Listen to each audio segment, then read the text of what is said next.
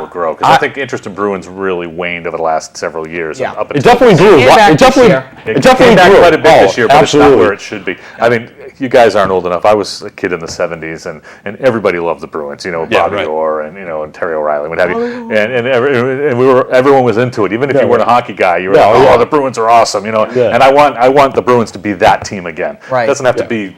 I want the fans to feel their way about that team. They will be a young team this year, but I think they will be good as it were last year. They'll still be at the same level. Right. So hopefully they'll still have, I think they signed Tim Thomas to 5 years, 6 years or something like that. So we'll have him in the net for a couple of years.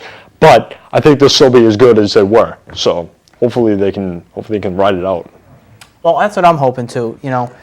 I don't think the team down in the farm is that strong, but we'll just have to wait and see.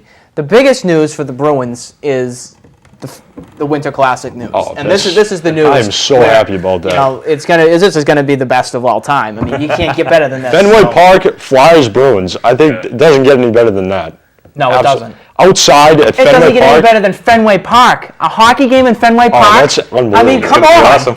That is going to be unbelievable. If I don't get tickets to that, I will definitely watch it on the TV. But I want to be there. Do you think that they will set it up where they put bleachers where like left field is, so that you can surround the ice again, or do you think they'll just set the ice and have fans just sit around? There's a lot of issues with Fenway Park being able to watch a hockey game there because of left field, the short bleachers there, then the monster, and then right field going all the way down there. What are they going to do? And then they had the rink situated. The center ice dart is going to be directly on second base. Yep. Okay. Facing which direction? It's going to be like this. So the V's here, and the rink is going to be placed right in the middle. So running down the first base line, kind of parallel to the first base line. Yeah. So that's what I was wondering, is if they would think about building bleachers in left field down the other side of the ice, so that you'd be able to get a feel of that. They might situate it another way so they can actually get bleachers and stands in there, and they can even surround it. But we'll see. You only hope it doesn't ruin the field, but. I think it's still. I'll take a ruined field and have them. They do have time to fix it. Yeah, and the other thing is they've had to have taken that into consideration. About so. what it will do to the field, or what it won't do to the field, and all that. I would say the past 2 years that it's been in existence, they've had a perfect opportunity to get all the everything situated. And they've made it a perfect time, an awesome time for everybody. I think it would cause less damage than a concert. That's what I'm thinking, because the grass always gets ruined because the stage is built on it. Right, it's the middle of the summer when they do the concerts. Exactly. Yeah, there's been a lot of concerts. I'm thinking this won't be as bad. But they're advanced at what they do, and so. Exactly. That's going to be awesome to see. That's going to be January 1st, 2010. Yes, wow, time flies. Yeah. Coming up, it's a very exciting day. I hope it's going to be a good game. Yeah. But that's going to be great to see. Yep. Now, this weekend, we had quite a golf tournament going on. Yes, we did. And you can take it as a disappointment, and you can take it as a shocker in both ways, because, first of all, Tiger Woods... Who was favored to win. Exactly. Of course, Tiger Woods is always favored to win. Was cut. Yeah, did not make the cut. Did not make the cut. The British Open we're talking about. This is the British Open. And we went up to Sunday with Tom Watson in the lead. Yep. Well, 57 years old, was leader on the board after Saturday night, going into Sunday.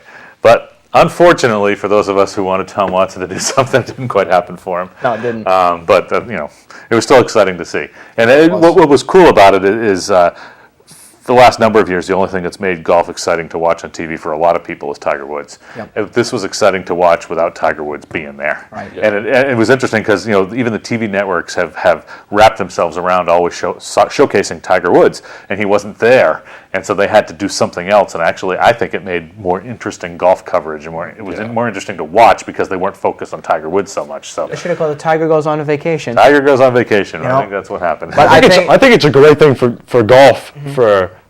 Different people winning different tournaments, It is.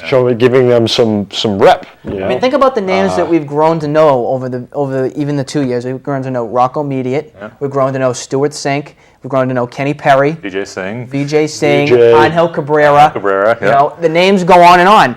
Thanks to Tiger Woods losing. So go Tiger Woods. There's another one. Well, we knew Phil Mickelson before. So now they're becoming household names. I'll even throw Jim Furyk out there because these guys have, they're competitors, which makes Tiger Woods a better golfer because he knows that he has to come out with his A game. These guys are out to beat him. I mean, this is what their goal is. As they should be. I mean, you know. So the green jacket is just going to have to wait and keep on going. So you don't get the green jacket. No, at the that's the British Open. Masters. So that's the Masters, the Masters. which was quite a tournament in itself.